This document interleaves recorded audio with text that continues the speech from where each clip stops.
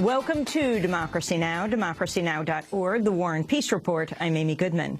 The nurse freed from mandatory quarantine in New Jersey says she won't obey a new confinement order in Maine. Casey Hickox had been forced to live inside a tent at a Newark hospital after returning from West Africa, despite testing negative for Ebola. On Monday, Hickox was released to her home in Maine, where she now faces a 21-day home confinement rule. Hickox's attorney says she'll follow the federal guidelines requiring constant self-monitoring and a checkup with the local health authority. She remains asymptomatic, as she has been from the beginning. In his first comments on the state quarantine rules, President Obama said medical workers traveling to West Africa deserve support. We can make sure that when they come back, they are being monitored in a prudent fashion, but we want to make sure that we understand that they are doing God's work over there, and they're doing that to keep us safe. And I want to make sure that every policy we put in place is supportive of their efforts, because if they are successful, then we're not going to have to worry about Ebola here at home. Also Tuesday, the second nurse who contracted Ebola at Dallas Presbyterian earlier this month has been released from an Atlanta hospital. Amber Vinson had been declared virus-free Friday after being hospitalized 2 weeks ago. President Obama will meet with healthcare workers who've returned from West Africa at the White House today. Iraqi Kurdish forces have arrived in Turkey on their way to fight Islamic State militants in neighboring Syria. The Turkish government's opening its borders to the Iraqi Peshmerga to help break the ISIS siege of the town of Kobani. The United Nations has issued a new appeal for countries to take in refugees from Syria's 3-year civil war. The conflict has displaced nearly 3.5 million people, most of them to Turkey and Jordan. At a conference in Berlin, UN Refugee Chief Antonio Guterres says the plight of Syrian refugees is a global responsibility. We ask the neighboring countries to keep their borders open, but we ask all countries in the world to keep their borders open to Syrian refugees. This is not only a responsibility of the countries of the region, this is a responsibility of the whole of the international community. A new report says relations between President Obama and Israeli Prime Minister Benjamin Netanyahu are at an all-time low. Speaking to The Atlantic magazine, anonymous White House officials say they have red-hot anger at Netanyahu for continuing to expand West Bank settlements and seeking to undermine an Iran nuclear deal. Netanyahu's reportedly preparing to bypass Obama and appeal directly to Congress if an Iranian nuclear deal is reached. One senior administration official called Netanyahu a chicken, followed by an expletive, saying, quote, he won't do anything to reach an accommodation with the Palestinians or with the Sunni Arab states. The only thing he's interested in is protecting himself from political defeat, unquote. Despite the heated rhetoric, the Obama administration's repeatedly backed the Israeli government, supporting the assault on Gaza, opposing a Palestinian statehood bid, and vetoing a UN Security Council resolution declaring Israeli settlements illegal. The report suggests diplomatic cover could vanish when the Palestinian Authority seeks full recognition for Palestine at the United Nations next year. There are conflicting reports out of Ferguson, Missouri, on the fate of embattled police chief Tom Jackson. Unnamed government officials told CNN Jackson's expected to step down as part of efforts to reform the police department following the killing of the unarmed black teenager Michael Brown August 9th.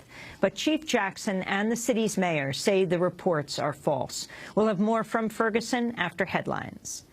A friend of Boston Marathon bomber Dzhokhar Tsarnaev has been convicted of lying to investigators about attempts to dispose of Tsarnaev's belongings. On Tuesday, a jury found Robel Phillipps guilty of making false statements about his visit to Tsarnaev's dorm room 3 days after the attack.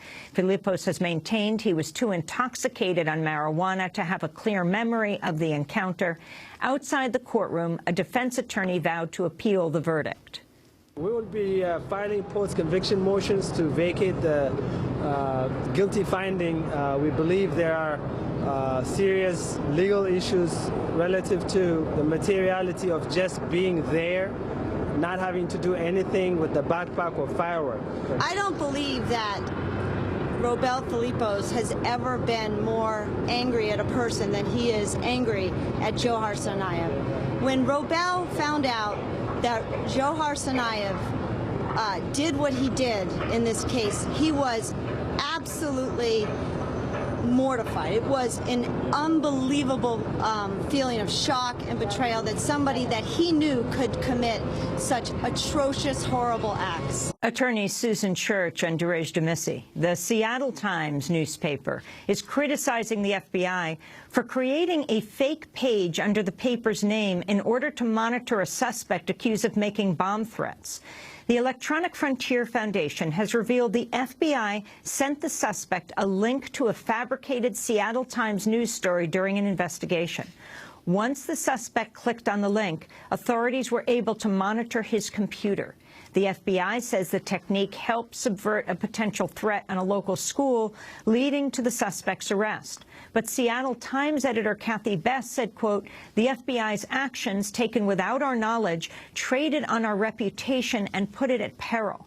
In a related case involving the FBI, lawyers for a group of defendants accused of illegal online gambling have asked a court to dismiss evidence collected by FBI agents.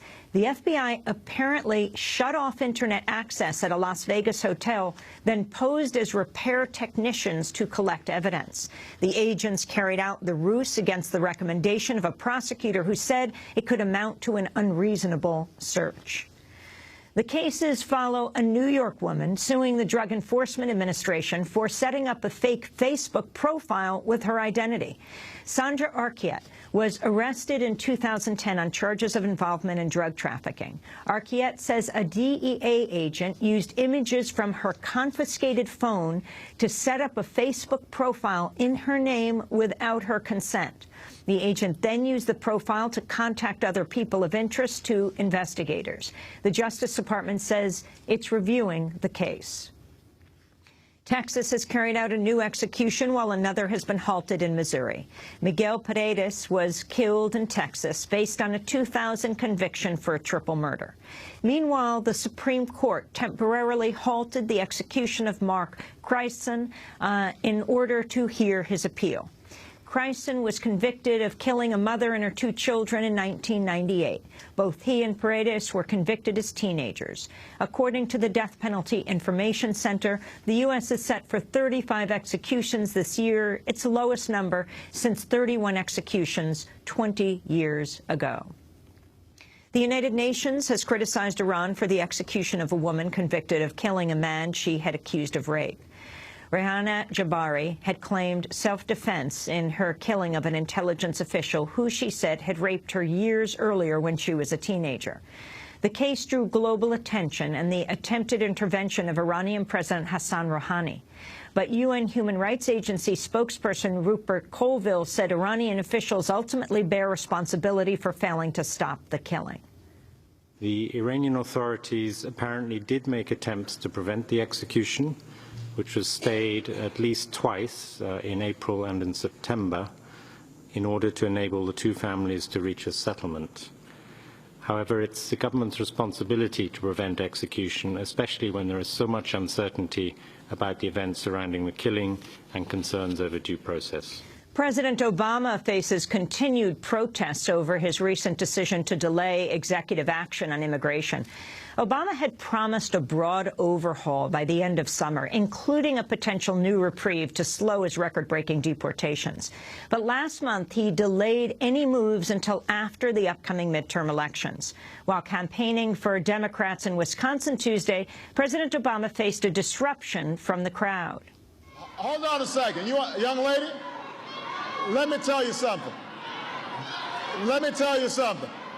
Hold on a second.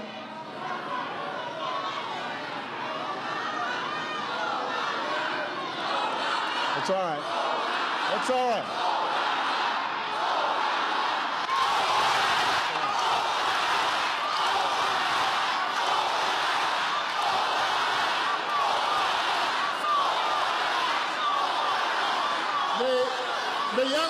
The young lady is expressing her concern about immigration and the fact that we don't have a comprehensive immigration bill. The problem is she should be protesting the Republicans who are blocking it in Congress. That's what she should be doing. That's what she should be doing, because I'm for it. President Obama in Wisconsin yesterday. The massive explosion of an unmanned rocket in Virginia has raised fresh concerns about NASA's reliance on private contractors. The rocket, which used a Soviet-era engine, was made by Orbital Sciences, which has a $1.9 billion contract with NASA to make deliveries to the International Space Station. Since retiring its shuttle fleet in 2011, NASA has relied on private companies to supply the space station. Another orbital rocket engine reportedly suffered an explosion in Mississippi in May. The executive vice president of the company, Frank Culbertson, has warned the public that the rocket, which exploded Tuesday, quote, had a lot of hazardous equipment, hazardous materials on board. And protesters arrested in last month's demonstration in the heart of Wall Street are demanding a trial. More than 100 people were detained as part of the Flood Wall Street action, targeting the financial sector's role in the extractive industries fueling global warming. As the cases were brought to court this week, a group among those arrested dismissed a prosecution offer to dismiss the charges after 6 months. Instead, the protesters said they want their case to go to trial so they can mount a necessity defense, arguing their actions were justified by how the financial industry worsens the climate change that threatens the planet. Flood Wall Street defendant John Tarleton explained the rationale Tuesday. 12 of us have pled not guilty to these charges of disorderly conduct. We want to take the case to trial and argue a necessity defense that the harm being caused by Wall Street in financing all sorts of extreme energy projects in this country and around the world is so much greater than any harm that was done by a traffic jam on Broadway. And we feel that that we have to continue to push this point that Wall Street and capitalism in general cannot solve the climate crisis because they are central to the problem. The necessity defense had been the plan of 2 climate activists set to go on trial in Massachusetts last month for blocking a coal shipment. But the case was resolved after the prosecutor all but adopted their reasoning and dropped the charges. He then joined them in the People's Climate March. And those are some of the headlines. This is Democracy Now!, democracynow.org, The War and Peace Report. I'm Amy Goodman. And I'm Juan Gonzalez. Welcome to all of our listeners and viewers around the country and around the world.